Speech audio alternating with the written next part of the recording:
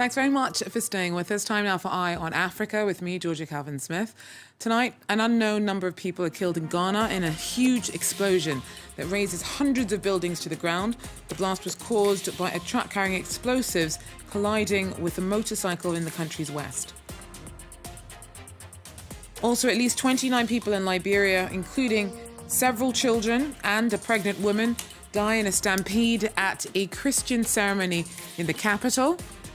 And the big upset of the day in Ivory Coast sees Ivory Coast post past the defending champions Algeria, sending them humiliatingly crashing out of the tournament with a decisive 3-1 victory. We hear from our team in Cameroon. But first, several people were killed in Western Ghana on Thursday in a huge blast caused by a truck carrying explosives colliding with a motorcycle. Hundreds of buildings were razed to the ground, but the exact number of deaths still hasn't yet been established. It happened around midday in Apiete. Nathan Kwao tells us more. The authorities are still trying to piece the pictures together because several accounts and several people are saying different things. But the numbers are huge. We are looking at about hundreds and hundreds of people who have possibly died from this.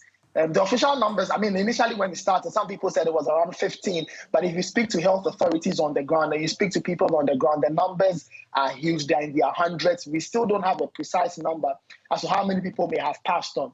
Now, in relation to what exactly happened, just like you said, a truck carrying explosive, it was ammonium nitrate to be precise. It was moving from one point to the other. It was actually transporting the explosive to the mine or to a mine, and then the explosion happened. It collided with a motorcycle. Now, according to eyewitness accounts, the driver noticed that the explosion or the crash had caused or had generated some flame or some fire underneath or beneath the truck. Because he knew the truck was carrying explosives, he proceeded to run away from the truck, ward people off, and tell people to stay away. And then about an hour or so later, the explosion happened, and the images we are seeing started to emerge after the explosion.